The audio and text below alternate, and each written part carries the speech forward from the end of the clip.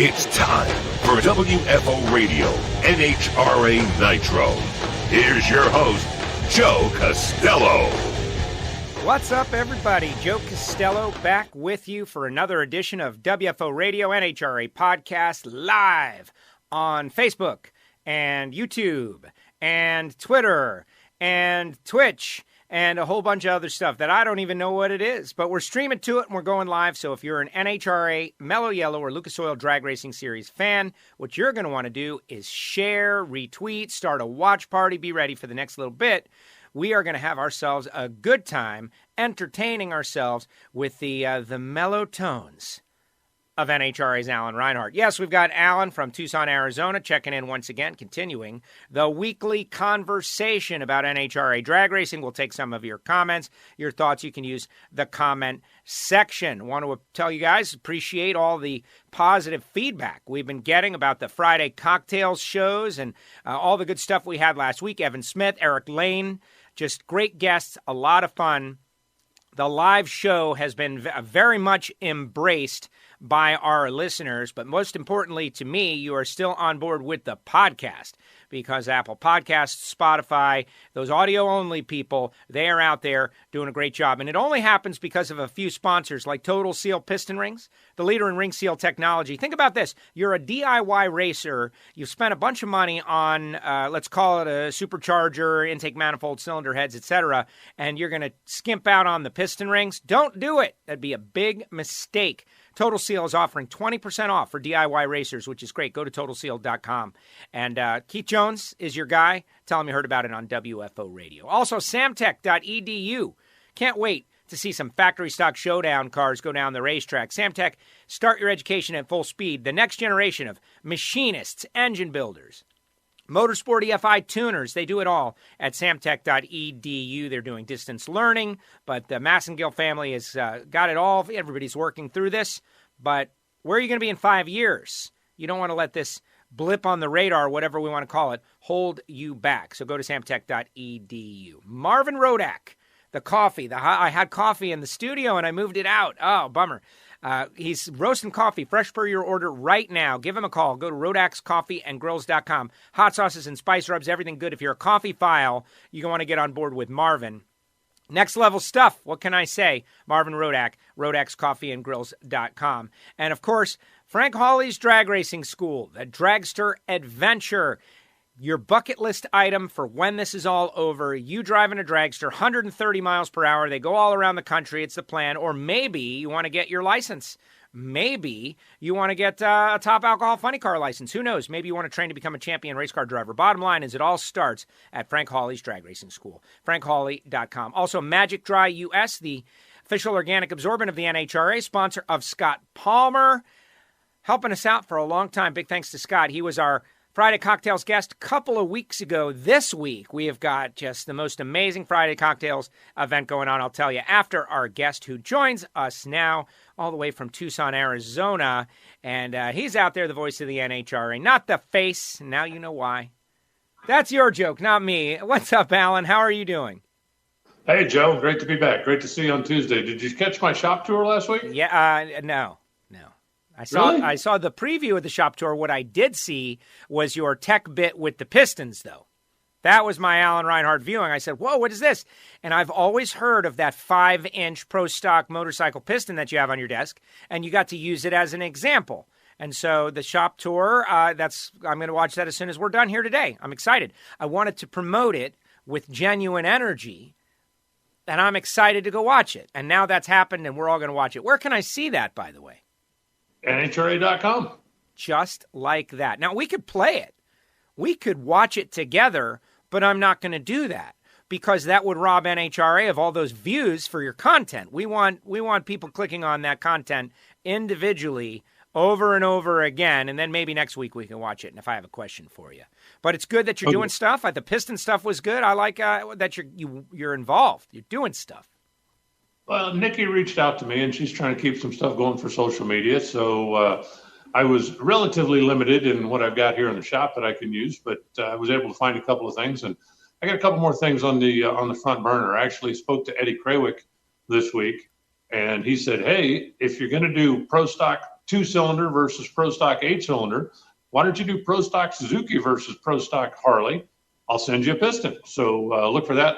I'm not sure if it'll come up this week, but it's going to definitely be coming up in the future. We'll talk a little bit about the 4-cylinder Suzuki Pro Stock engine versus the 2-cylinder Harley or SNS Pro Stock engine.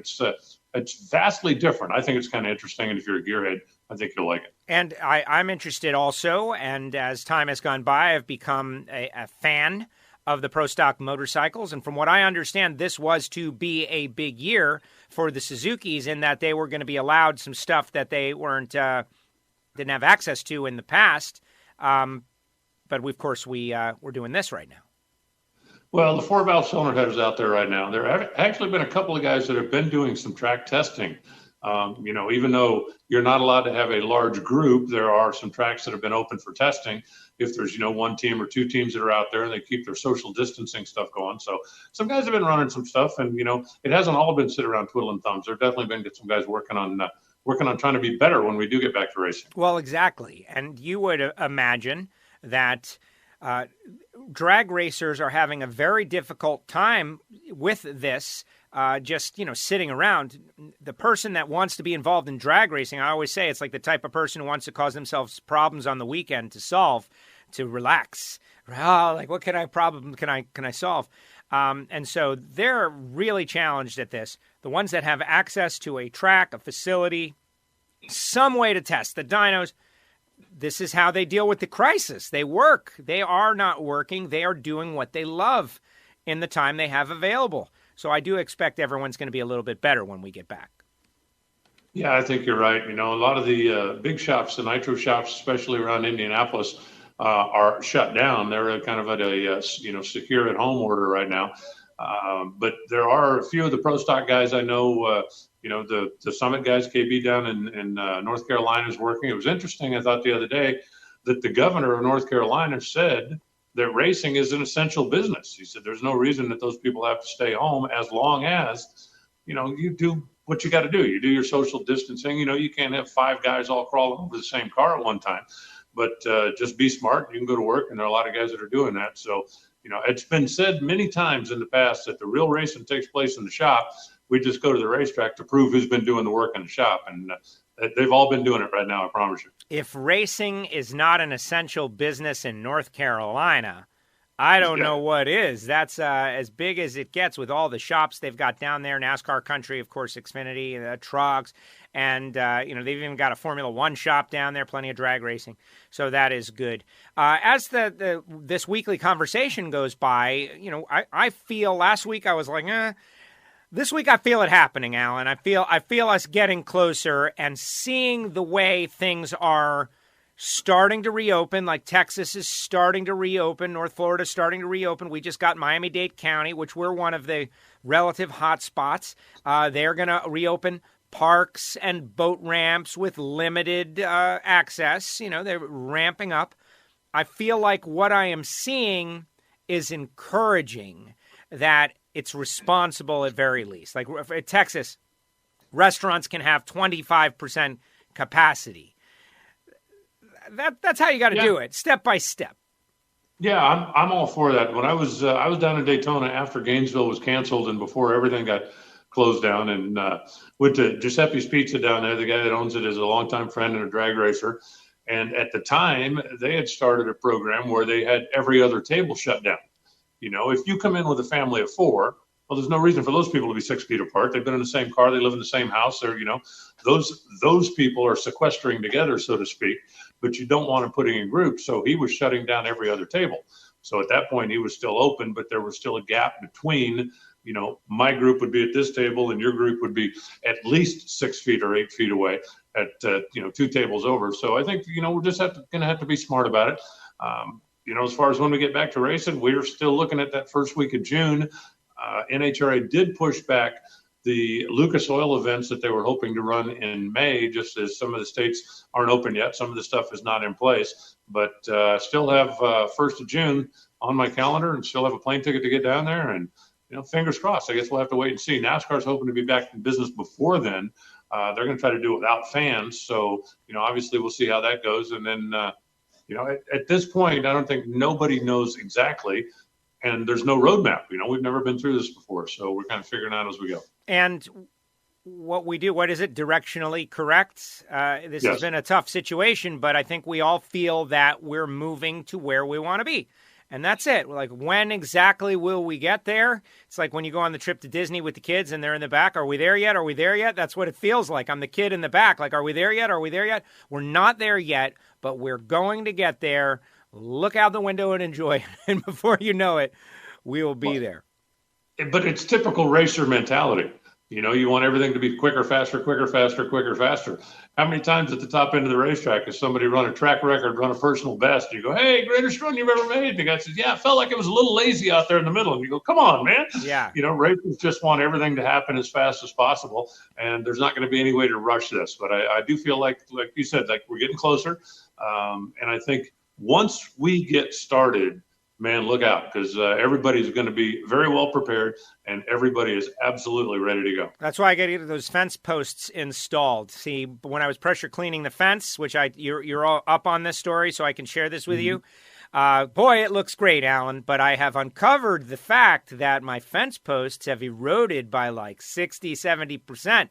So I need to put in some new fence posts. That project is going to get taken care of before we head out on any travel. At least that is my intention. Some people saying, what's up out there on the web? Dale out there checking in. And Sean is saying hello from the UK. Right? What's up, Sean? How are you doing out there? Hopefully you guys are staying safe. Zap says WFO. Jeremy, good morning. Good morning to you. We're in the afternoon over here, but that's good. Zap says, I'm a janitor and listen to the show the whole time I'm at work. Keep up the great work. That's the whole point of the exercise, Alan, is that there's somebody working and we're entertaining, hopefully with the sport that they love, maybe a little knowledge, maybe laugh a little bit, just some light entertainment for the people that are doing the real jobs. Well, if the guy's a janitor, maybe I should talk to him. One of the things that I realized when I did my shop tour last week, when you live here, right? Yeah. It's like, okay, it's, the norm. It's the norm. It's the norm. And then I do the shop tour and I watch a video and I go, wow, it's kind of a mess in that corner. And I really had to pick that stuff up. And how long's it been since I swept over there? And all of a sudden it's like, okay, well, maybe I should have done that before I shot the video. But, the first thing I say in the video, and it's something that stuck with me, when Don Garlitz invited me a bunch of years ago to come down to his race shop, not the museum, but the race shop. Right. And he told me before we went in, he said, you got to understand. He goes, this is a real working race shop. I don't need no fancy decorations or terrazzo floors. And his shop is a real working race shop. And I actually said that at the top of my video. You look at like Alex Laughlin's deal with the Hot Wheels. Yeah. Wow. I mean, A, what an incredible effort he put into the thing. And B, that shop is freaking spectacular. You can't tell me they do any welding and grinding. And right. I mean, come on, man. Not in that place. My shop's a real working race shop. Mine's not nearly as fancy, snazzy, or pretty as his is. But I think I probably do more welding and grinding in mine than he does in his. There you go. Pretty boy, pretty shop. Right? Like you gotta have it one way or another. Scott's out there, says the beaches in Jacksonville will be open May 4th. I am under the impression that they're out there now. Hey, Bobby Graham had a question. He wanted to know if your Mustang still has the foot-operated windshield washer. Did you have that? Do you have that? It does not. The car did originally from the factory, but that's one of the things that kind of went by the wayside in hot rod mode for a couple of reasons. I actually still have the apparatus somewhere. I can find it, I promise you. Better. But this car doesn't go out in the rain, and this car gets its windshield washed before it leaves the shop, so it really wasn't needed. And typical racer thing, right? It's like, okay, well, that's 3 pounds we can get rid of, so it's gone. And you know when it's going to rain down there. Arizona, when NHRA weekend comes, that's when you get your yearly weekend of rain, and you don't need your own car for that weekend. No, this car is crazy enough when it's on dry pavement, and not only do I not just want it out in the rain, but I don't want to try to drive it on wet roads. It's way overpowered, and it's fun to drive. It's exactly what I wanted it to be, but it's not a wet road car. No, that makes perfect sense that it wouldn't be a wet road car with 700 horsepower or whatever you've got under the hood. Marvin Rodak, Rodak'sCoffeeandGrills.com out there. Looking forward to the regional race at the Motorplex end of May. Is that one of the ones that got bounced or? I think it might I'm not be. 100% sure. I believe it is, because I think that was the same weekend as the Atlanta divisional that was going to happen. Check on NHRA.com or on NHRARacer.com. It's one of the headline stories out there. But I believe there were 4 Lucas events in May that were scheduled, and I believe all 4 of them got pushed back. What's up, guys? Always enjoy Alan's insight. Laugh a little bit. Friday Cocktails was super hilarious. Yeah, Friday Cocktails got a little out of control this past week. Tommy Johnson, Jackie Frick, great stuff. I'm not racing, but literally hauling the mail today. He is a mailman, in case you were wondering. Daryl out there enjoying. Torque Attic is hauling trash. So we've got a janitor, we've got a mailman, we've got a sanitation engineer out there making things happen.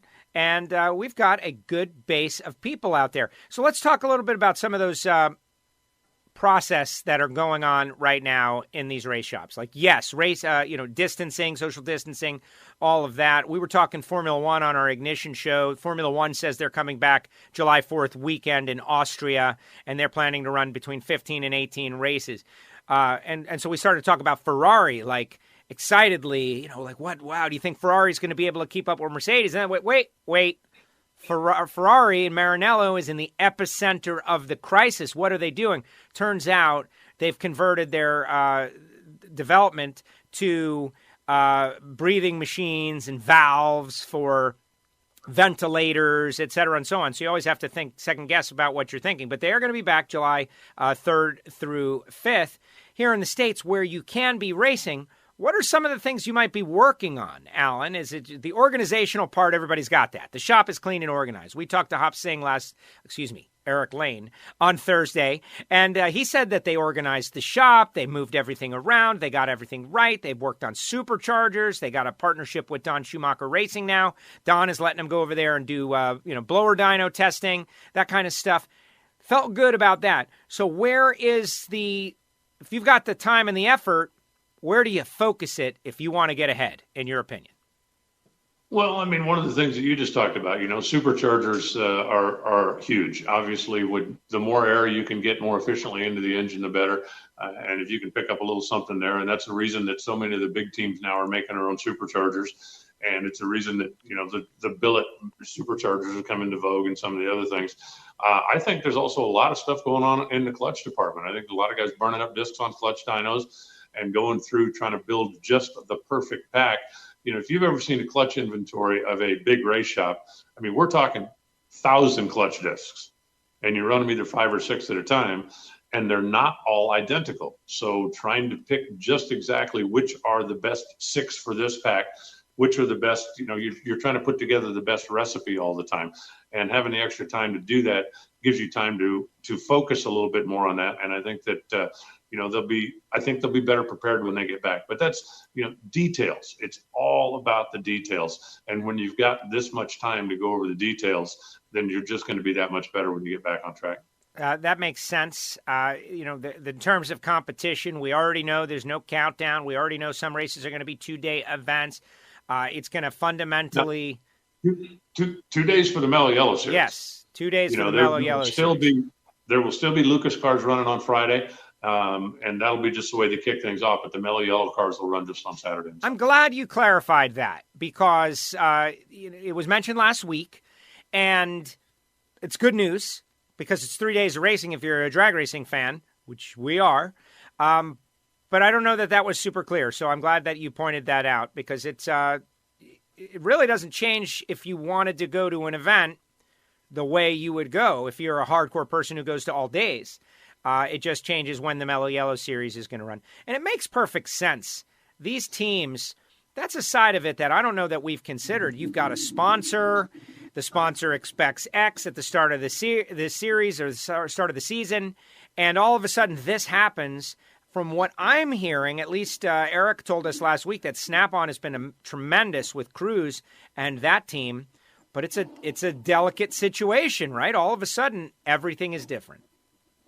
It is, and some of the stuff is case by case, and I wouldn't begin to talk about who's doing what, but some of the sponsor stuff has been renegotiated. If I'm paying you to go to 24 races, we already know 19 is going to be the max, then that's going to have to be adjusted. And some of the other stuff is on the table as well. I applaud guys like Ron Capps. You know, you look at the iRacing that he's been doing, and you notice every one of his cars says Napa. Yes. If you watch what some of the NASCAR guys are doing, they'll have different stuff, different things on, you know, various tracks and various things. But the reason Ron is doing that, or at least a big part of the reason Ron is doing that, is to keep getting exposure for Napa. They've been a tremendous partner for him and for DSR, and they want to do whatever they can to get him some exposure. And that's why some of the other shops have been, you know, kicked into gear, doing some social media stuff. Like Alex Laughlin's Hot Wheels track is just amazing, and he did that because you're trying to generate something for Hot Wheels. If you don't have their car on the racetrack, you don't have it, you know, you don't have their rolling billboard going down the highway, that doesn't mean you can't do anything for your sponsor. And so the guys that are getting creative and doing that kind of stuff, you know, I applaud them. And I think they're going to be rewarded long term. I agree. And spoke with Ron yesterday about something we're planning, and obviously having him on the show. And we talked about that. He's hustling. Like, you know, Ron he's one of the last. Not that everybody brings money, but a lot do. And he is a driver with a job. And that's great. And Napa, and they've got such a great relationship. And so what is he doing? He's got an outlet where he can hustle and race against known drivers, great drivers. Guys like Travis Pastrana are in various leagues. He's a known commodity. Capps is a big personality. They turned him on his head, though. I don't know if you saw that one there, in a little Ford Focus or whatever it was, but he ended up on his roof. I don't think a lot of people realize how hard Ron works for his sponsor. You know, the number of times when you'll see him Sunday in the airport, or you'll see him at the end of the race and go, well, you know, it must be nice to have a couple of days at home. And he's like, no, I'm headed to Wisconsin because, you know, we're doing a grand opening thing, or I'm going down there doing a regional meeting for some of the Napa store owners, and I'm going down to do that and do. But he is on the road constantly. He's hustling constantly. There was a time in Minnesota a few years ago when checked into the hotel, went to the bar and grill that was in the hotel, and I'm wearing just my travel clothes, basically civilian clothes. Went, sat down, you know, order a beer, order a burger. You know the routine when you get in town and you're just kind of unwinding. Yep. And this guy walks in that obviously the bartender knew. And it's like, you know, hey, Frank, hey, Bill, how did it? And he goes, oh, man. He goes, we went out. He goes, our driver was amazing. It was incredible. He says, we sat down. He said, he came over to my table, talked to my wife. He sat with us for about 10 minutes. And I'm, you know, kind of like, and just on and on. And he says, you know, he's just like, you know, when our NASCAR driver, he goes, we go through and it's like, thanks. He says, there's not even time to ask questions. He goes, but our drivers, and again, I'm like, and he's talking about Ron Capps. And, you know, coming into town a couple of days early, and this guy owns 2 Napa stores or 3 Napa stores or something. I mean, he's a big Napa player in Brainerd, Minnesota, but he put together a deal, invited some of his customers out, and wanted the driver to come by. And Ron said, what time do you need me to be there? And spent a lot of time going over. But Ron does that week in and week out. I don't know anybody really that works harder for the sponsor when they're not at the racetrack or they're not in the race car than Ron Capps. And it doesn't surprise me in the least that he's out there doing all this iRace and doing all this other stuff just to do something to support Napa right now. Rightfully so. He's that's his character, and he's a hustler, and you got to like it and appreciate it. And Ron will be on WFO a little bit later on this week. That energy, let's go there in terms of drivers and personalities. Like, I'm wondering, like, when we get back, are we going to go right back into the groove, or is something going to be different? Are people going to use this opportunity to change themselves somehow? I know, like, I've been trying to, you know, walk a little bit more, trying to lose some lbs, trying to be a better person on the other side. Like, something like this triggered something, like organized the studio, brought in my Miami Hollywood Christmas tree that was in my bar for so many years. What good is that tree in my bar when I never go into my bar because I'm always working in here? This is where the drag racing people are, right? What's the point of having a bar if you never go into your bar? Because I'm social distancing. I know. I'm never going to my shop. Well, I think you got it backwards, Joe. I know, except you do cocktails with Joe. You don't do that from the bar? No, I do it from right here. The best laid plans, right? I'll build a bar. It'll be great. Nobody comes here, Alan, even when we're not social distancing. I'm never here. Nobody comes here. And being the guy in your cool bar that's alone is not cool. This is where everything's happening lately. So you know what? Everything came in here, Alan. I got everything. I got alcohol in here. Tommy Johnson's going to make a candle out of this. Like, everything is happening.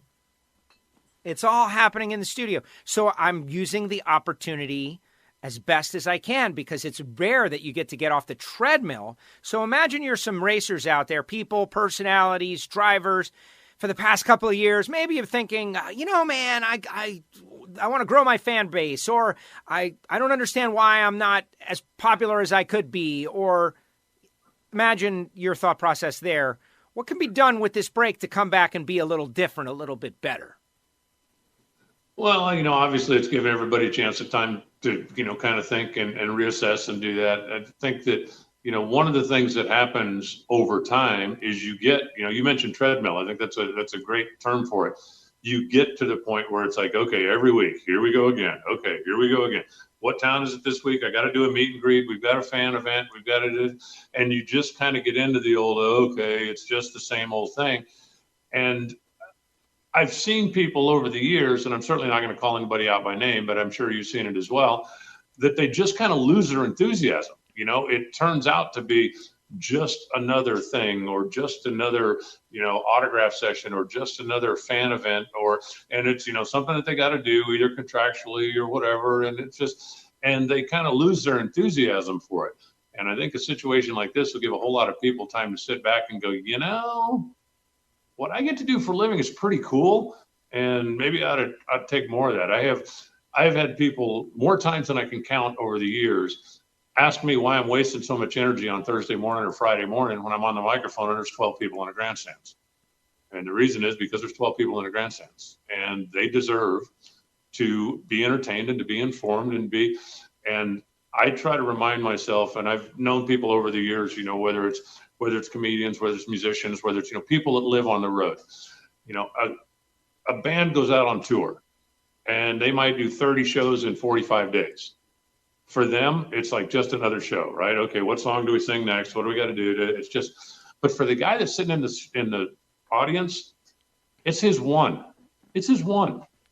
And I don't ever want to phone that in. And I make a point every single race I go to look out at the grandstands and take stock of the fact that there's a lot of people out here that spent a lot of money to come here, that maybe planned vacations or took time off work or did whatever. And this is their one race a year.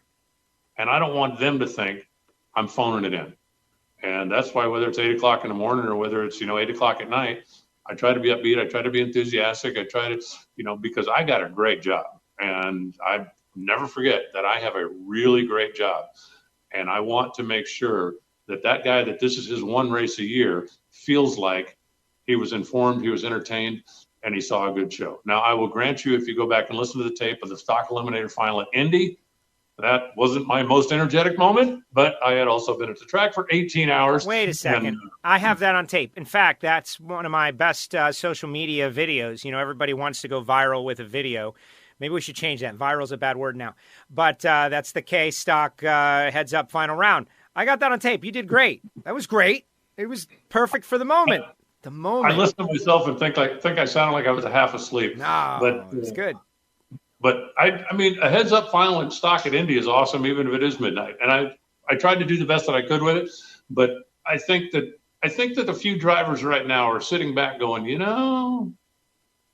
I got a pretty cool gig here, and I need to remember that it's not just a job when it's time to do this. The number of drivers over the years, and again, I'm not going to call anybody out, but I'm sure that you've got your own examples that, man, if I need to get a sponsor, I need to get a little help, I need to get this, man, I need to do this. And then a sponsor comes on board and it's like, woohoo, man, and then 5 years later, it's like, oh, geez, they want me to come to this corporate thing. It's not in my contract. It's like, dude, what are you doing? Right. You got to realize that when Frank Manzo was with Kendall, I don't remember. You remember the commercials that he used to do when he was driving his funny car?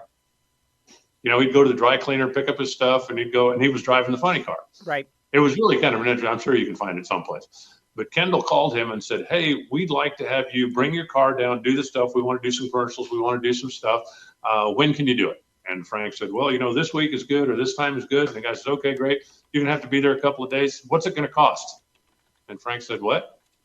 And he said, what are you going to cost? What are you going to charge us to do this? And Frank said, you kidding me? You're allowing me to race. Wow. Tell me what time you need me to be there, and I will be there. And that's just, that's two different sides of the coin. But sometimes people over the years will get a little bit jaded into the old, hey, my contract only says I got to do 5 visits, and you're asking me to do 7. It's like, dude, they're paying for your racing. You need to. So anyway, I think that this time off is going to have some people reassessing a little bit and realizing that, I got a pretty cool gig, and I need to stay enthusiastic about it. All right, stand by. I appreciate you saying that, and I agree. There's a Michael Jordan documentary. Have you been watching that at all? I've seen bits and pieces of it, but I've not sat down and watched it in full. I think I'm going to wait until it's all over with, and then I'm sure I'll watch it on an airplane or something. Well, I think it's interesting to note, though, that they're doing this Michael Jordan documentary, and Michael Jordan has complete creative control. Yes.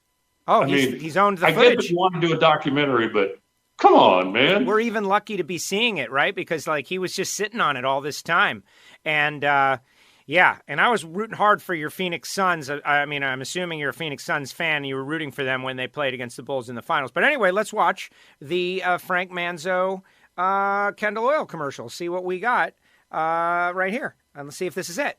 The cool for your caddy, the juice for your jag. It's the jolt in your coat, and what wins with the drag. You want to add life to the life of your car? Give it the good stuff. Kendall Motor Oil. Pour it in and pour it on.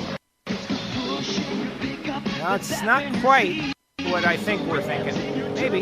Yeah.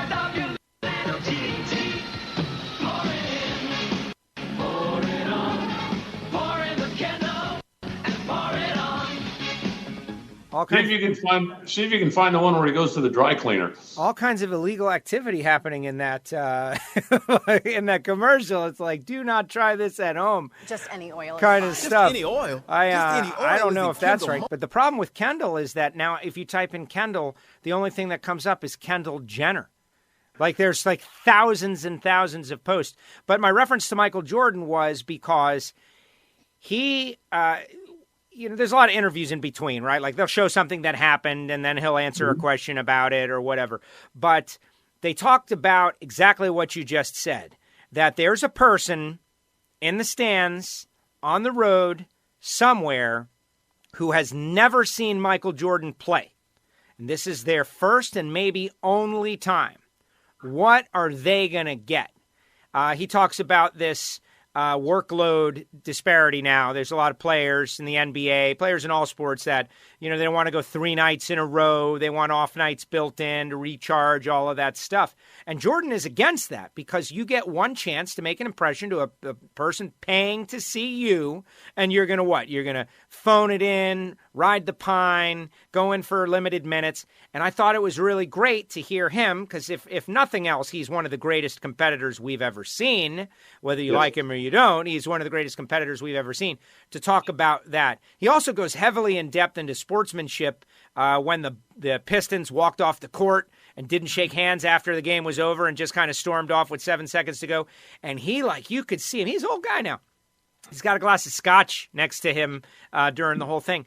And you could see the annoyance come up, not because he was disrespected, but because the sport was disrespected and the sportsmanship of the sport of basketball was disrespected. And it's really interesting to see. I recommend it. Yeah. And things like that, I think I kind of get it, but I want guys to be emotional, and if that's the way the Pistons felt, I'm okay with it. I'm not holding a grudge against them. I'm certainly not holding a grudge against them 40 years later. I hate guys that get out of the car and walk over and go, hey, man, congratulations. That was a great race. Boy, we're just lucky to be on the same track with you. Yes. No, I want losing to hurt. And I'm okay if somebody shows emotion. Being a good sport about it is fine. But if I'm paying an athlete, whether it's a driver, whether it's a basketball player, whether it's a tiddlywinks player, I don't care. If I'm paying an athlete, I want him to want to win. I never want him to be okay with losing. And I'm not Kurt Busch's biggest fan or Kyle Busch's biggest fan, but I love the fact that he hates finishing second because he wants to win. I don't want to, we had a good points day. Well, we got a top 10. Well, if he didn't win, he's pissed. And That's what I want my guy to feel. I want my guy to really hurt when he loses. And if he shows a little emotion in an unsportsmanlike way, you know what? At least he's showing emotion, and I'm okay with that. Like I say, was it unsportsmanlike in the moment? Maybe, but I didn't hold it against the Pistons then, and I don't now. 40 years later, and they were pissed off, and they showed it, and I'm fine with it. And that's what Isaiah said, because what they do is they'll record Isaiah saying something, and then they'll hand it to Michael on an iPad, and he'll watch it. And Isaiah said, like, hey, now if I could go back, but in that moment, that's what we did, and we did it, and it's over. And it's very interesting. All right, we got some comments stacking up. Craig Garland out there saying what's up to everybody. What's up, Craig? Want to see Craig. Let's see. Torque Addict appreciates your effort. Bobby Graham. Guy makes one race a year. He says, thanks. Lex June is out there. We have run a final one day with 12 people in the stands, but we gave it 150%. Well, if there's 0 people in the stands, you got to give it 150% regardless if you're in the final round. Here's a real question from Wade. It's long. When I see the stands on the first day of a national event, and this is obviously ticket sales, so this is not our business, but maybe we'll entertain it. They are empty. It seems like NHRA would have a reduced ticket price or free on Thursday. It would at least introduce folks to the sport, potentially gain a fan, and make them want to come back and see fast stuff and get paid to get in. I guess we're talking about Hardcore Thursday, because the Friday crowds, I think, have been pretty good. Depends on where you go. If you go to a place like Gainesville, the Friday crowd is one of the biggest crowd, because in Florida, we are not afraid to leave work. That's right. Oh, man, got to go. But other places, Friday's middle. But Thursday, it is Thursday reduced. ticket is considerably cheaper. It's if it's reduced a 4-day event, the Thursday ticket is considerably cheaper simply because you're not seeing the mellow yellow cars. And I'm assuming, I'm not part of the group that makes these decisions, but I'm assuming that when we go to the events where the pro cars are only running on Friday or on Saturday and Sunday, that the Friday ticket will be discounted pretty considerably as well. That is a hardcore day for the fans that love the sportsman cars or the class eliminator cars, that kind of thing, to come out and watch. And the ticket price is vastly reduced because you're not seeing the professional cars. And most of the fans come out to watch the pros, whether it's the nitro cars, whether it's pro stock 2-wheel or 4-wheel, whether it's pro mod. They want to see the faster cars. They want to see the louder cars. And that's simply why they don't come on Thursday, because those cars aren't running on Thursday. It's exactly the same as when NASCAR has fewer people in the grandstands on Saturday when they're running the Xfinity race than they do on Sunday when they're running the Cup race, because the majority of the fans comes to see the top level of competition. There are some that come to see the lower levels of competition, but not nearly as many. Right. But there are fans of, I know several people that go to the Gator Nationals only on Thursday, and then they're out. They want to see class cars. They don't like big crowds. They don't care about the Mellow Yellow Series. And I know that sounds strange, but when we have conversations of people, want to cut a category like pro stock, it's like, yeah, well, you're going to cut, like, even if it's 15%, like, can we really do without that 15%, which I think it's more. But there are people there just for Hardcore Thursday. Now, I do wish there were more. It's one of the best days if you like cars. But then again, there are very few people that can just drop everything for 4 days and just go do something, right? And it's a lucky person that can do that. And we have quite a few. We got a good crowd on Hardcore Thursday. But you're talking about the difference between a hardcore fan and a casual fan. The casual fan wants to see the smoke and thunder, wants to see the fast cars and the fast motorcycles and the ones that are going to be out there that are running at a professional level. That's your casual fan. Your casual fan isn't coming out to watch Stock Eliminator. Now, I love Stock Eliminator. I'm not bad-mouthing them. My 67 Mustang that I've had since high school. But the reality of it is, most people, especially the newer generation, there's a lot of people that look at this and all they see is an old car. Right. And, and for that casual fan, they're coming out because they want to see the nitro cars, or because they want to see Erica or Jag or Greg or Jason or Alex, or they want to see the motorcycles, the 2-wheel contingent. You go to Sonoma, and I'm sure you've driven up the hill, right? How many motorcycles are there? All of them. Yeah, I mean, it seems like thousands, literally, where they have special parking for the motorcycles. Those people came because they came to watch the motorcycles race.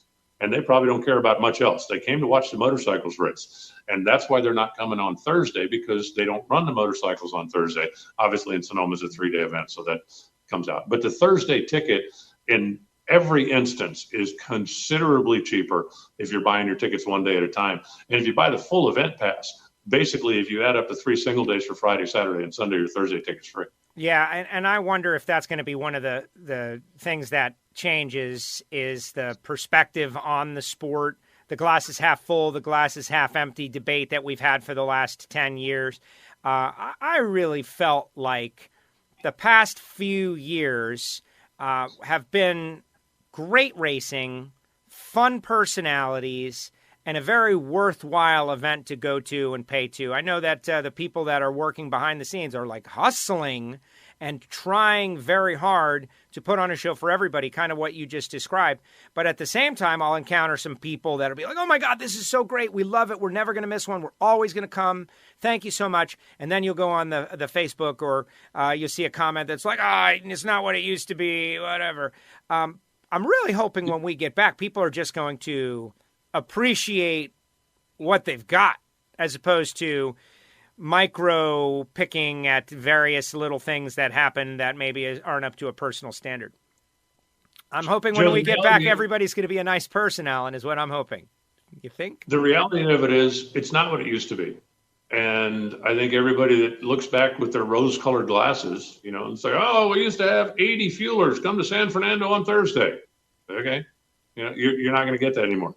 You used to have 20 cent a gallon gas too, even though we seem to be getting closer to that. But the competition level has never been higher than it is now. And when I started doing this, and I'm not one of the old timers by a long shot, even though sometimes I feel like that, we never left the racetrack on Sunday night before 10 o'clock. We'd run the finals in the dark. We'd take pictures in the dark. And the organization of the show was nowhere near what it is now. Back in the early days of the sport, they didn't even have scheduled run times for the classes. Right. You would get there at 8 o'clock in the morning. Everybody pulls in the staging lanes and they go, okay, let's take 10 stockers. Okay, let's take 10 pro stockers. Okay, let's run a few funny cars. Okay, let's run a couple of alcohol funny cars. Let's run. And then you'd make your run and go right back into the lanes. So if you're a fan, you never knew my class is going to run at 2 o'clock, or you never knew I've got an hour before we're going to see pro stock, so I've got time. I'm going to go get a cheeseburger right now and get something to drink, and then I need to be back because I want to see pro stock. And you talk about fans in specific categories.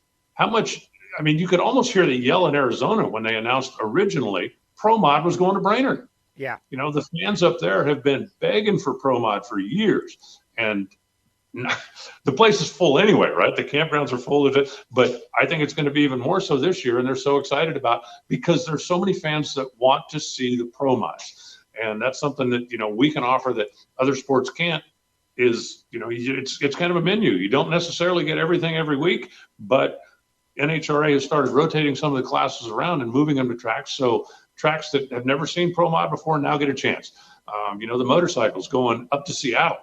That's going to be pretty cool, assuming that it all falls into place and everything happens now. So I think that's going to increase up there too, because there's a lot of motorcycle activity in that part of the world. And they've had the Nitro Harleys, but they've never had the pro stock motorcycles that they could go out and root for. So, being able to pick the class that you want to see is important. But anyway, to get back to the whole Thursday thing, Thursday is for the hardcore fan. And, it's not like it used to be. And neither is anything else. There is absolutely nothing in my world that's like it was 50 years ago. Right. Except it's probably better now. It's just as you get older, you have nostalgia for the time of your life where everything was new, fresh, and exciting and amazing. Call it the wonder years till you're 30, and then it's all over. So there it is. All of these guys seem to forget, or at least nobody ever brings up, back in the 70s or back in the early 80s, if a guy blew up, you had a one-lane racetrack for the next 2 hours. Yes. Because cleanup was, hey, let's dust some Rysol on it. Let's drive a truck over it with brooms down the back and, okay, fire the next pair. But it would take 2 hours to send enough cars down the racetrack, put some rubber down to get all that stuff blown off to get everything, where you had a 2-lane racetrack again. And now it takes, if it takes 10 minutes, it's like, wow, what's going on out there? And so that certainly is better. There's just so much to it. I've been to races when somebody would, take out the timing lights at the end of the racetrack. That's an hour and a half. Yes. Because it was glass, it was wires, it was fittings, it was all of this stuff. And now, doink, give me a glue gun, send the next pair. Yeah. That's better now than it was then. Things change, things evolve, things are different. And it's never going to be like it was before. But I'm pretty happy with the way it is right now. And I've been here for a lot of the transition, not quite all of it, but a lot of it. Jalen's out there talking about Frank Manzo, first racer my dad and I got really close with. Being from New Jersey, we used to go to all the regionals and go into his pit. To this day, he still brings us into the pit with their pro mod. He's like my godfather. That's the best, hearing stories like that. I don't know how you find it, but you got to find the one where Frank Manzo's at the dry cleaner. I can't. I searched. Normally, all this stuff's on YouTube. I did, a couple of searches. Can't find it. Maybe next week someone will send it. Right? They'll email it to joe@wforadio.com, and we'll get it on there. And that's the thing, now that we can watch stuff. Yeah, I hope so. Jacob Pitt misses hearing the announcing out there. Good job. Craig Garland. I miss Jacob Pitt's car out there. Yeah, me too. Me too. Houston this year won't run Mellow Yellow on Friday, so they cut the prices in half. Okay. There you go. There it is. Me and my dad go to the Texas Motorplex every year. We love watching sportsman classes. We love hearing Alan Reinhart's announcing of sportsman classes. There it is, Alan. Thank you. Jalen says, my first souvenir from a driver was a used piston from Frank when I was 8 years old. See, but it's the drugs reference is bad, right? Like drugs. But in this case, it makes sense. Here, little boy, have a piston. And the kid is now, he's a 30-year-old man. He's dragging his wife out there, and she loves it too. It's as simple as that to bring someone into the world of drag racing. The kid's going home with the piston, and it's like, and now he's a lifelong fan. Good job, Frank. And one of the other things that we're doing, I think, better now, we didn't do a bad job at it before. You're talking about, the youngsters and the kids coming out there. But one of the things that I think we're doing better now, the number of junior drag racer graduates that remember vividly when they were the kid on the other side of the rope. Have you ever seen Leah tell a kid, I'm busy? No. Because she remembers being that kid. Yes. Sean Langdon, J.R. Todd, Erica, they remember being that kid. And they are so good with the new generation coming up simply because it wasn't that long ago that they were the ones standing on the other side of the rope. And if they got dissed, it hurt. And they're not going to do it to the kids that are standing there now. And I think that's something else that's better. And it's always been pretty good, but I think it's better now. I want to announce to the world right now that I have finally completed the movie Right on Track. And I have seen Right on Track from end to end. I watched it, I enjoyed it, I lived it, and it's really crazy because when you get to know Erica and Courtney before you see the movie, and then you see the movie, it's like, oh, okay. They did a pretty good job with the movie, so I'm up to speed now. I've seen the movie. Yeah, that's, iconic, and it'll be around forever because it's timeless. There's always going to be kids that haven't seen it. 5 years from now, there'll be a whole new generation of kids that want to see it. And so I think that's one of those things that's going to be around for like years and years and years. And I can't believe I can't remember her name. The actress that played Courtney. Brie Larson. Man, there you go. She went on to be a superstar. Captain Marvel. That's the thing that's crazy about it. She went on to be Captain Marvel, and and she did a great job with Courtney and the junior dragster kids. I will say though, the Erica crash into the net scene was a little intense for a Disney child movie. It was a very intense scene, but they did a great job, and I always thought, I don't know, I kind of got the vibe that it was cheesy. I didn't think it was cheesy at all. I thought it was a very well-done movie. Warren wants to know if Englishtown it's very sad commentary here, Warren. Was Englishtown a favorite stop of yours on the tour? Sure missed that track. Yeah. It was for me for a couple of reasons. One, because of its proximity to New York City. For the last, 5, 6, 8 years that I went, made a point to go into the city and see a show, have dinner, do something one night while I was there. And Englishtown fans are about as hardcore as it gets. And that was also a fun thing about stopping in Englishtown.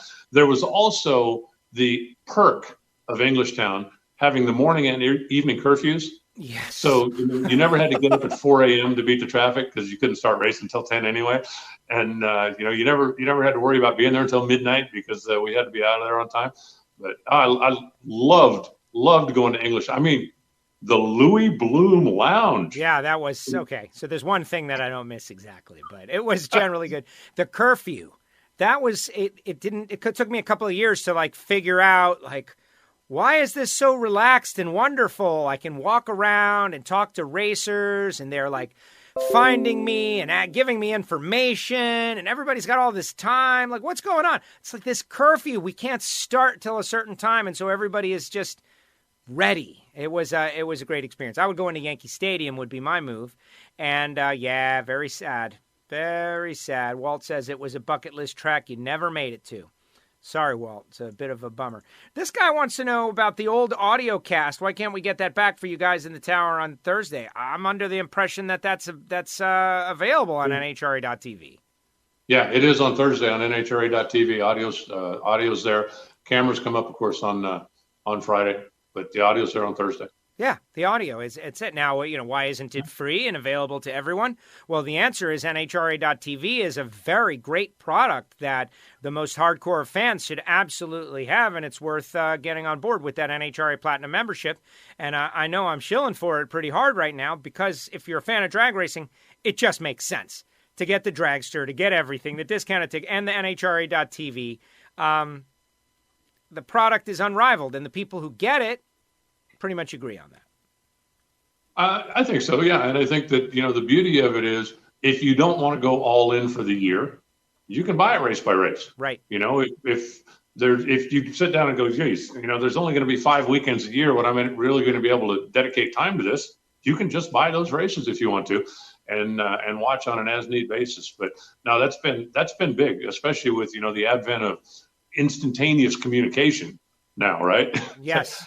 How long between a glitch in NHRA TV and your phone going, Joe, check on NHRA TV? Instant, annoying. Did I say annoying? I mean instant. It's good and bad because we can get it fixed. I will text someone immediately and try to get them on the case of getting it fixed. But 9 out of 10 times, it's not anything that anybody's doing. It's the internet, as amazing as this is, Alan's in Tucson, I'm in Hollywood, Florida. We're connected together. We're connected to all of you. This is great, which, by the way, here's to the internet for surviving this COVID-19 scenario without crashing. It's been amazing how reliable and quick and stable the internet has been.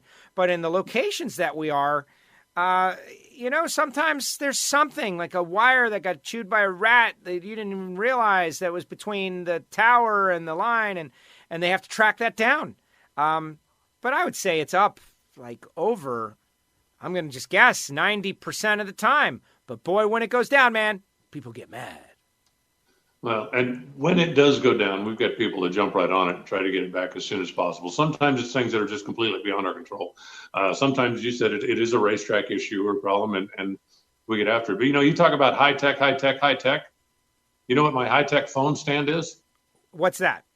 Vice grips. A vice. You got a set of vice grips on your phone. You vice gripped your mobile device? Yep. They sell. Okay, first of all, speaking of technology, there's this place, but I don't even know if it's a place. It's a site, Amazon.com, and you go there and you type in phone holder, tripod thing, and you can purchase, and it's a miracle. It just shows up at your shop. You don't need to use the vice grip. Holder thing. Already have a complete set of these at the shop. Set it here, set it there, set the phone in it this way. Right. Problem solved. You're repurposing welding equipment. That's great. This guy, Jeremy, wants to know, have you thought about doing a tribute at racetracks to local racers in each area from the past? Maybe you could pick a couple in each category. There's a lot of subsets in that request. Local racers, we have. The Summit Racing Equipment showcase that happens in a lot of places. I think about Maple Grove. They have that golf cart race, and their local racers that run in their local point series get to come out and run in front of the massive crowd in a race that really matters. From the past, that is what trips it up a little bit, I think. Yeah, I know that there's been some stuff done on the nostalgia side, like we've got some nostalgia Pro Stock cars that were scheduled to come to a lot of the races this year, simply celebrating the 50 years that Pro Stock has been out there with us. As far as there have been a few things here and there, when we go to Maple Grove, there's almost always a couple of Grumpy Jenkins tribute cars that are on display there, because that, of course, was, his part of the country. That's where he hailed from. There are things like that in other areas as well. Most of the time it's, in the car corral, it's in a display area. It's not necessarily an on-track thing, but, NHRA is certainly not opposed to doing that. Most of the time, I think it falls into the lap of the racetracks to do it. And there are some of the racetracks that do it very well, and some that, just don't put a whole lot of effort into it. Yes, exactly. Hey, Alan, we didn't talk about the all-electric Cobra Jet last week. I think that story broke on Thursday right before Evan Smith came on. And I don't know if you got to see that, but we referenced Evan on this show. Evan reached out to me. Evan's got his new YouTube channel, Revan. And so we had him on. And right before he came on, Ford, the Blue Oval, announced they're going to have like this low 8-second rival to eCopo all-electric Mustang. What do you think about that? I think they're lying. You don't think it's real? No is real? There it is. Boom. I think that they know that it's going to go into the sevens. They just don't want to give that away. I agree. Yeah. 1,400 horsepower is factory showdown numbers. And yeah, I get it. It's electric. It's not gas, but still, horsepower is horsepower. I don't know a lot about the car. I know a little bit about the car. If I'm not mistaken, the Hancock and Lane guys are involved with that, and they're the same ones that were very heavily involved with the eCopo. But it basically has quite a bit of the same technology with more power. So looking forward to seeing that on the racetrack. The plan is to have that thing come out and make exhibitions at some NHRA races, much like Copo did. And, I'm sure you remember the response when the Copo went 994, whatever it went. I mean, that was a huge deal. And it was funny. I thought, talking to the people that were operating our welcome center at that point, that said they were inundated with fans coming in going, "Where's that car?" We're not asking where John Force is. We're not asking where the Schumacher compound is. Where's the electric car? We want to see the electric car. And, there are some that like, oh, well, if it doesn't make noise, it doesn't. I like fast and I like technology. I would not like to see NHRA become all electric cars. But I think if somebody's got new technology, somebody wants to bring it out and show it off, then, if it's up to me, bring it. Yeah. I want to see it. I agree. I want to see that new technology. And I also, love the fact that we took a gas Cobra Jet and just absolutely whooped the tar out of a Tesla, whatever, in ludicrous mode. Yes. Well, and that's the thing. But at some point, like with this Cobra Jet 1400, if it makes the power that it makes and the torque that it makes, then all of a sudden the numbers are going to be closer. I like the fact, I was standing, where was it? Was it Seattle? I think it was Seattle where the big record run for eCopo happened. And I was standing right in the water box, like taking it in, experiencing this, getting up close. I wanted to be in the moment. And you could hear the cheer of the crowd. You could hear people willing it on.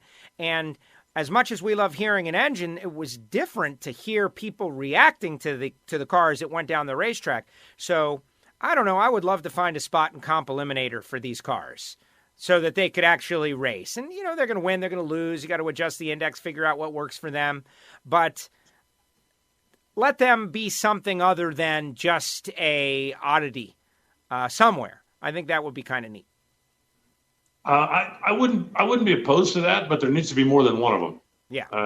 The eCopo thing, as I understand it, was kind of a General Motors experiment. And once they proved it was viable, they went, okay, that's all we need. And I don't even know where that car is anymore. We haven't seen it in a while. And I think that's why Pat McHugh and some of the other guys got involved with the Cobra Jet stuff, because they are, Pat in particular, an electric car guru. And they just went looking for the next project after GM didn't want to pursue that at least as heavily as they had before, is my understanding. Danny says, thanks for filling in for the loans at the NMCA race. and good meeting you in the hotel in Norwalk. Yeah, that was a fun event. If I ever do that again, they're going to have somebody that can come up and fill in, at least so I can go have lunch, or so I can. That's what Loans tells me.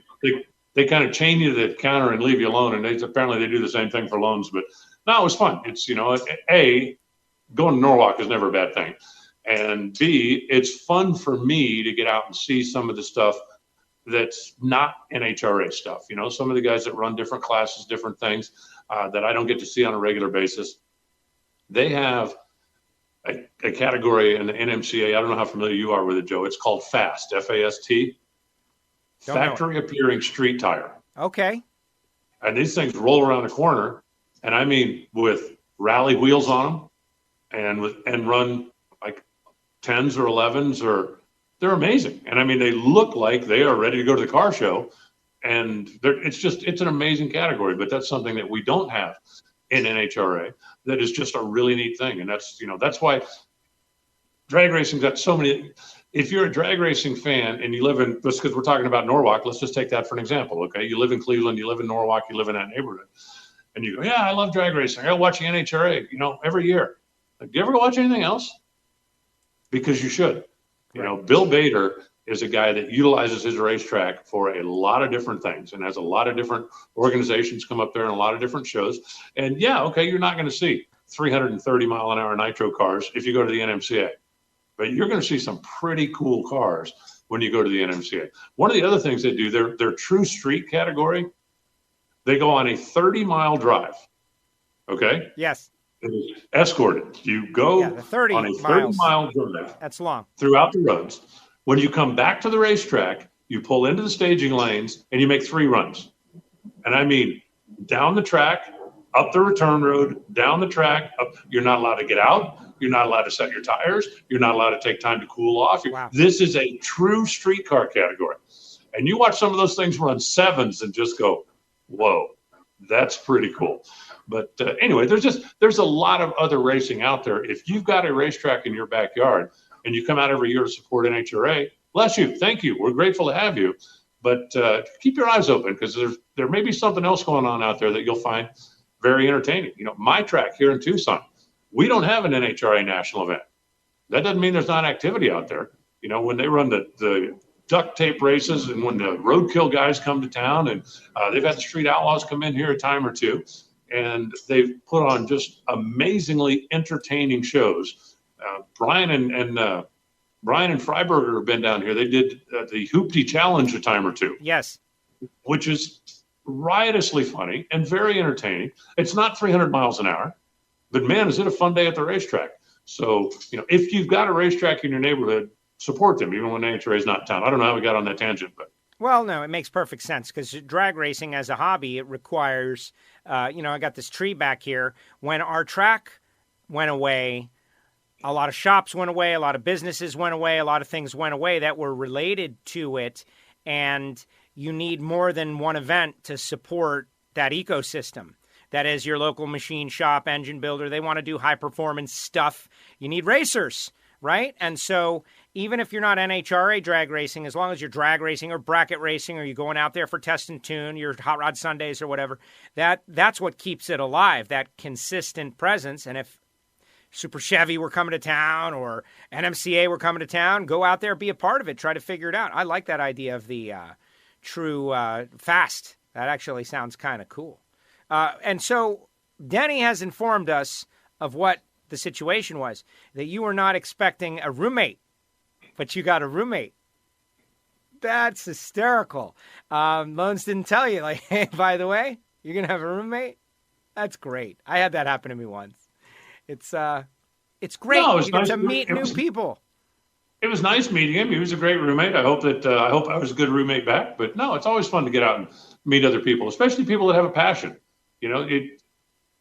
There's a lot of passion out there that's not focused on the nitro cars and the pro stock cars. And anybody that's got a passion to do this, I applaud them. Mark Caruso out there. He was on our Friday Cocktails show for a while. It was very entertaining, to say the least. It was a good time. All right, so the comments have kind of died down. We've gone for over an hour. This is longer. When we go live, Alan, it's a little bit longer because people are taking us in different directions. But I think you've done a great job here for us. And let's talk a little bit about that Piston piece that you put together on NHRA social media so that all of these people that are watching this will go and click on it, and it'll get all kinds of clicks and shares and all of that. It is just simply a comparison between a NHRA Pro Stock engine and a Pro Stock motorcycle V-twin. Talk a little bit about bore and stroke, about valve size, about various things like that. And, I don't want to tell you the whole story because you won't go click on it. But, keep your eyes open. I did another one on camshafts that's going to come up here at some point. And as I said, Eddie Krawick reached out and said, hey, I'll send you a Suzuki Piston, do a comparison between the Suzuki and the V-twin. So I'm going to do that. Always looking for something. By the way, speaking of, as long as we're shamelessly plugging things. Shameless plug. Tomorrow, Brian Loans and I are going to do a little live thing. I think it's only going to be 10 or 15 minutes, I believe on NHRA.com. So keep your eyes open for that because Loans and I, he saw my piston thing too. And he said, I got some pistons that you don't have. So I think we're going to, we kind of put together some stuff in our shop so we can see, who's got the coolest, the most unique, the whatever. But, well, don't you have like a boneyard of exploded stuff? I have some, yeah. You need to put that together. I'm not saying it needs to be used for WFO, but we definitely, now that this technology is prevalent and everybody is sequestered, you need to show us the whatever that is. Because I do recall you like requesting destroyed, exploded various things. So maybe that could be interesting insight into Alan's world.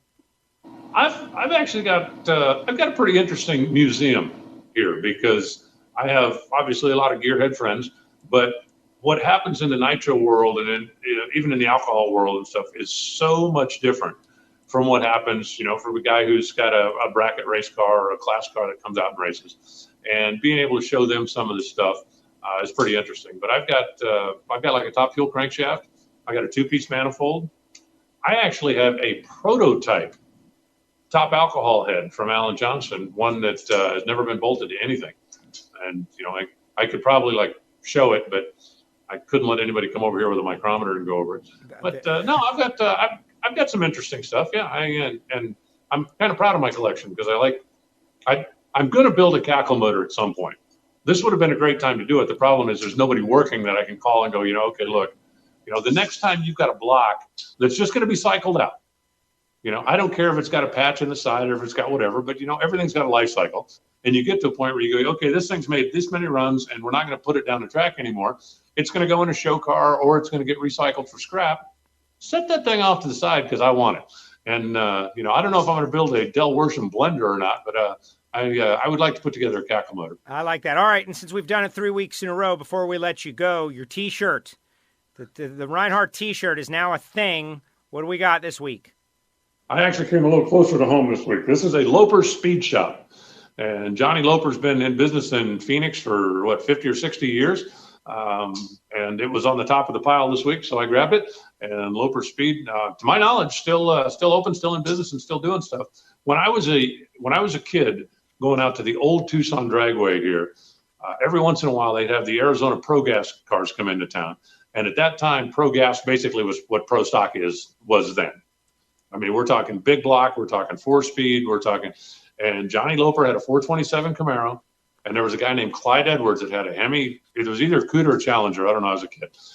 And those two were fierce rivals. And going out there and watching those two race was pretty special. And obviously, I've gotten to meet Johnny as time went on and some other stuff. And not claiming to be his best friend by any means, but supporting a local since I've had T-shirts the last 2 weeks from 10,000 miles away. I got one from 100 miles away this week. That makes sense. No, I remember Johnny Loper, back in the day coming to Gainesville, alcohol funny car, I guess.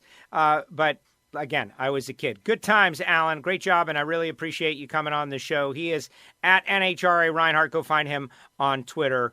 Excellent work, my friend. Thank you so much. Go to NHRA.com and see my shop. I did a complete walkthrough tour of my shop. It's easy to find. Just click on the homepage, scroll down, look for shop tours. You can't miss it. I am going to do that immediately now that I'm super psyched up about it. And we'll talk next week. All right, Joe. We'll probably talk before then. Have a good day. All right, there he goes. Alan Reinhart from the National Hot Rod Association with us from his shop.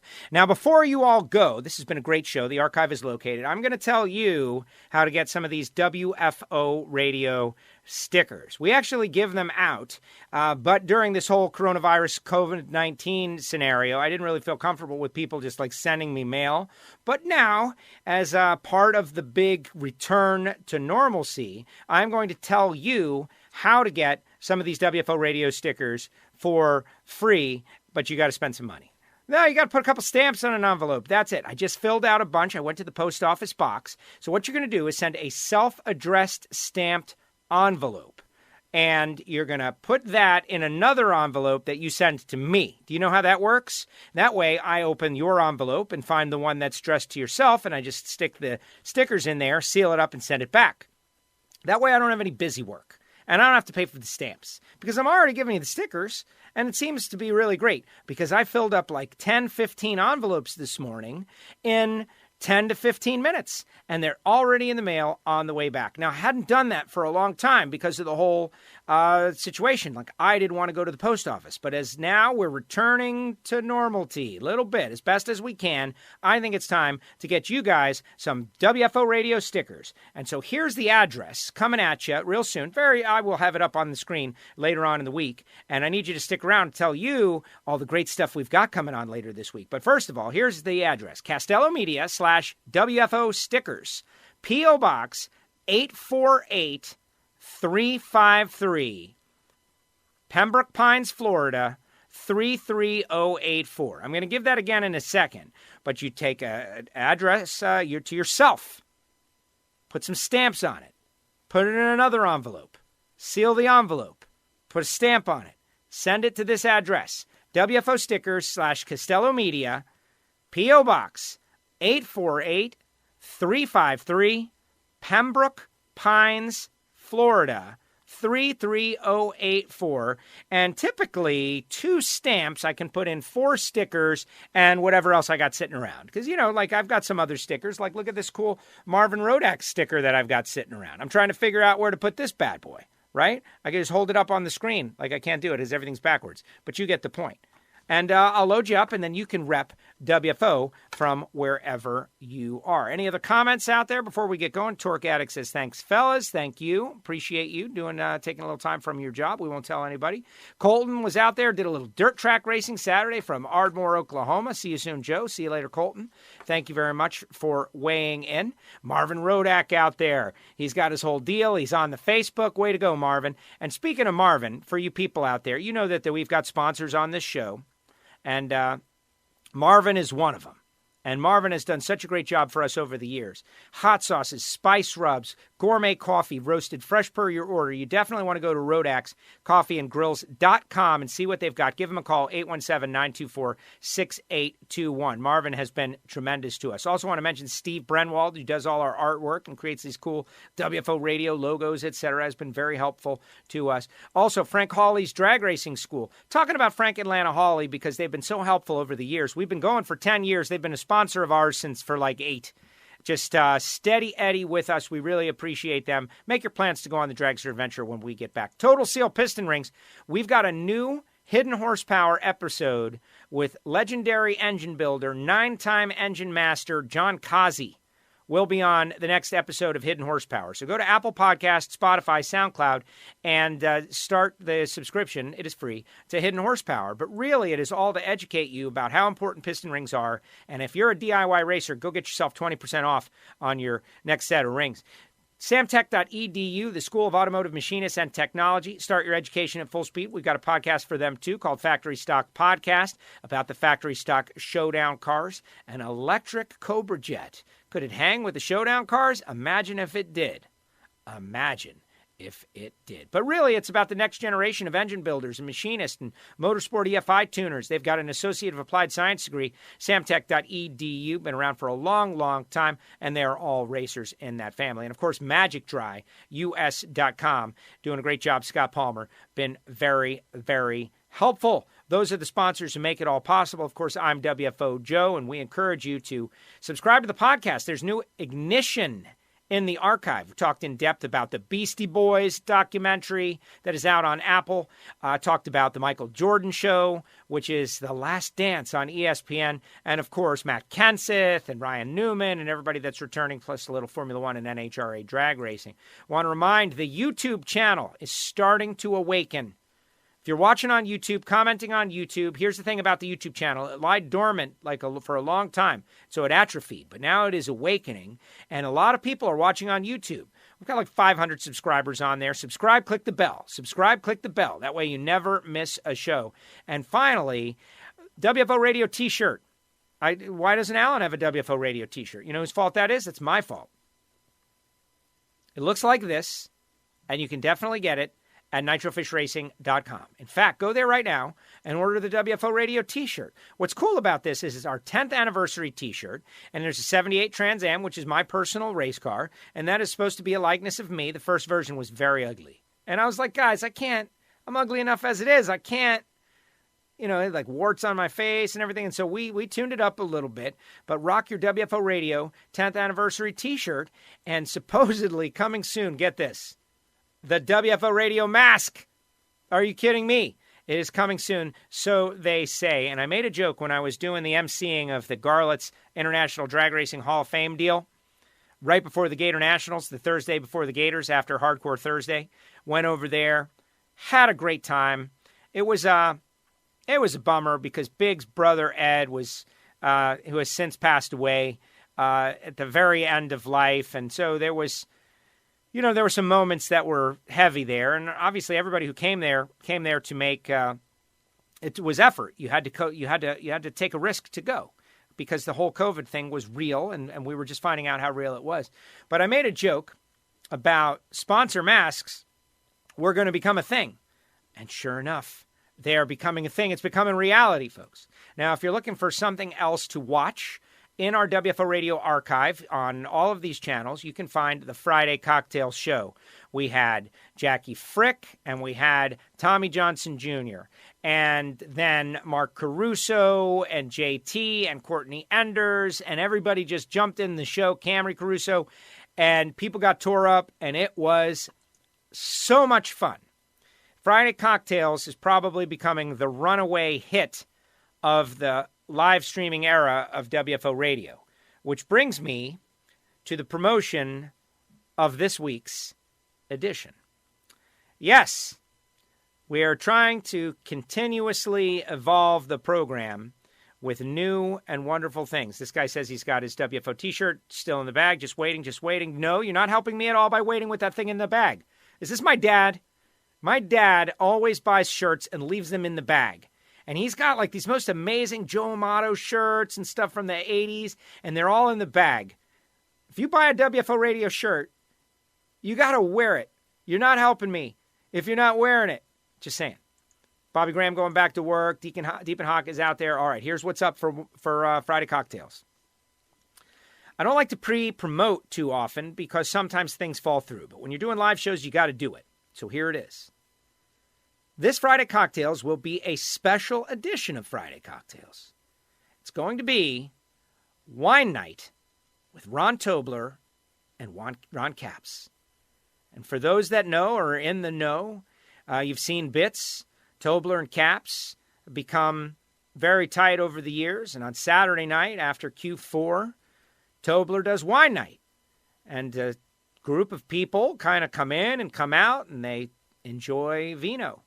And they try different stuff, and people bring different bottles, and it's just a great social conversation. Drag racing is discussed, of course, but who knows what else.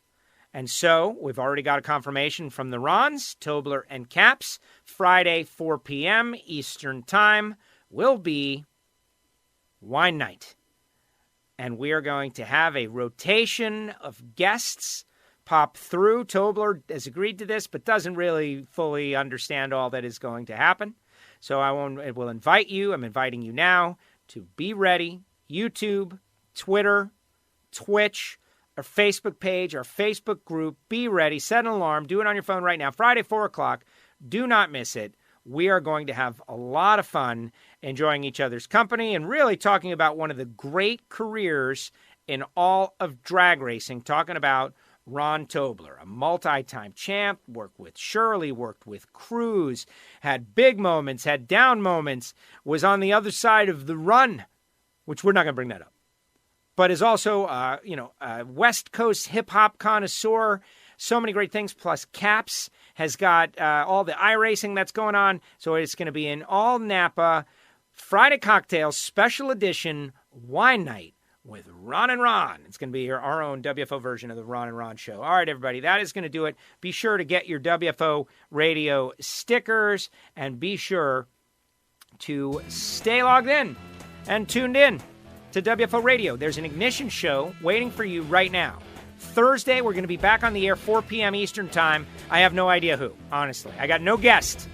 Last week, they just emerged. Sometimes you just got to trust the cosmic forces to deliver a great guest, like happened with Jackie Frick and happened with Eric Lane and happened with Evan Smith. All great stuff.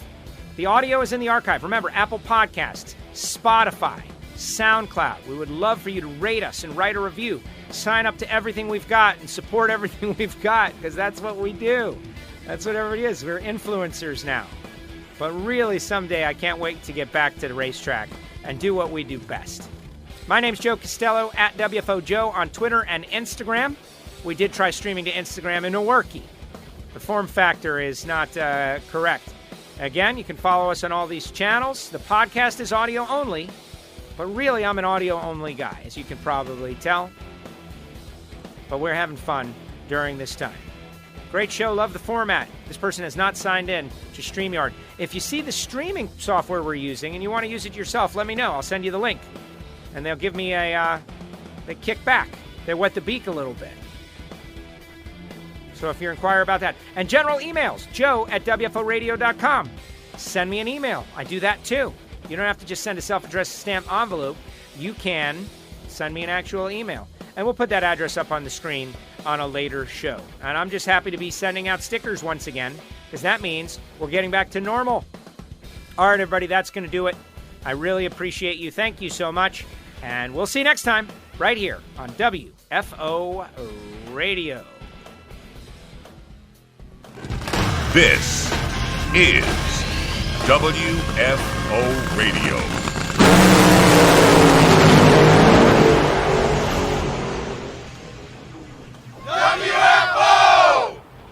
The views and opinions of the hosts, guests, or callers do not necessarily reflect that of the station ownership, advertisers, or agencies. You're working in the shop, you've got spills, you've spilled oil, it's everywhere. What are you going to do? I know what you're going to do, but that's not the best way to do it. The best way to do it is to go to magicdryus.com and order the official organic absorbent of the National Hot Rod Association, Magic Dry. It's lighter, it absorbs more, it's better for the environment. It's made out of coconut. It's made in America. magicdryus.com. They've got spill kits that include everything you need for a regular, normal household spill, all the way up to a large industrial spill. We always say, if you've got a cat, get Cat Spot. If you've got a shop, if you've got a factory, if you've got a spill, call Magic Dry. That's magicdryus.com. Hey, engine builders, Total Seal piston rings are the leader in ring seal technology, and they go out of their way to help their customers and will make custom sets for any specific piston you might have. Customer service, top notch. Made in America? Absolutely. They're located in Phoenix, Arizona, and they've got everything it takes to develop the world's best piston rings. Give them a call at 800-874-2753 or go to TotalSeal.com. Start your education at full speed with the School of Automotive Machinists and Technology. Accelerate your career as a high-performance engine builder with classroom instruction and practical hands-on experience in the lab, on the dyno, and at the track.